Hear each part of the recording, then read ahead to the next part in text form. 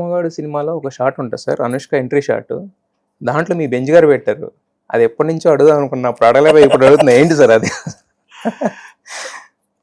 YVS is a friend of mine. YV Chowdary గారు ఆయన కూడా ఫ్రెండ్ మీకు.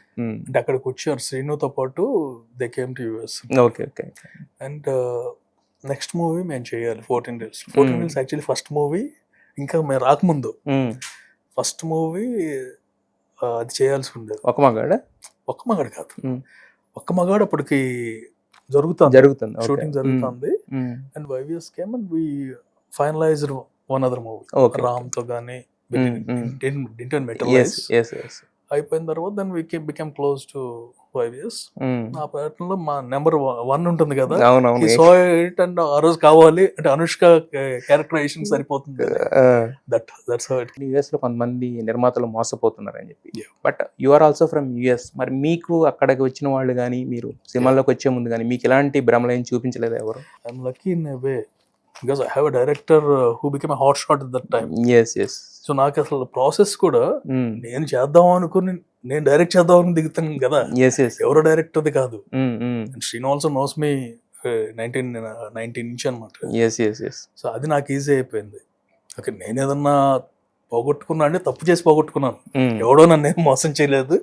That's for sure. ఇన్ని బ్యాక్ టు బ్యాక్ హిట్లు చేసుకుంటూ వచ్చారు. దాదాపు 6-7 సినిమాలు చేసిన తర్వాత why 14 Days has splits? Split ఏమలేదండి, not split out nothing. Even now basically లై తర్వాత even they started smaller movies, concept movies చేసేద్దామని. అప్పటి వరకు ఏంటంటే పెద్ద మూవీస్ అక్కడ చేసేవాళ్ళం, చిన్న మూవీస్ ఇక్కడ చేసేవాళ్ళం. అవును, ఏకేలా చేసేవారు.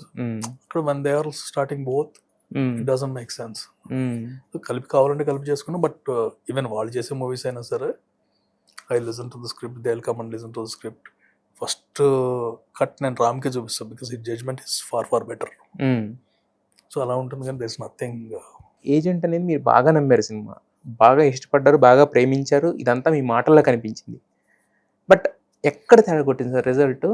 దట్ ఓటీటీకి రావడానికి 2 years టైం తీసుకుంది సార్. ఏంటి ప్రాబ్లం ఏంటి అసలు సినిమాకి? ఓటీటీ అది డిఫరెంట్ ప్రాబ్లం అండి. మూవీ అంటే అఖిల్తో మూవీ అనగానే దగ్గర ఎగ్జాక్ట్ నాగార్జున ఫ్యామిలీ నుంచి మా లోగో ఉంటుంది అని. And I loved Akhil. we started with high energy, ఎరగ తీసేస్తాం అని. The story line was line వరకే, స్పై స్టోరీ కదా, ఎంత యాక్షన్ దీంట్లో వెళ్ళిపోతుంది. బట్ ఎట్ సమ్ పాయింట్ కొన్ని issues, not own issues, Covid జరుగుతుంది ఆ టైంలో. వి వెంట్ టు బుడాపెస్ట్, అక్కడికి వెళ్ళాము. అక్కడ పాప ఆయనకి సురేందర్ రెడ్డి గారికి కోవిడ్.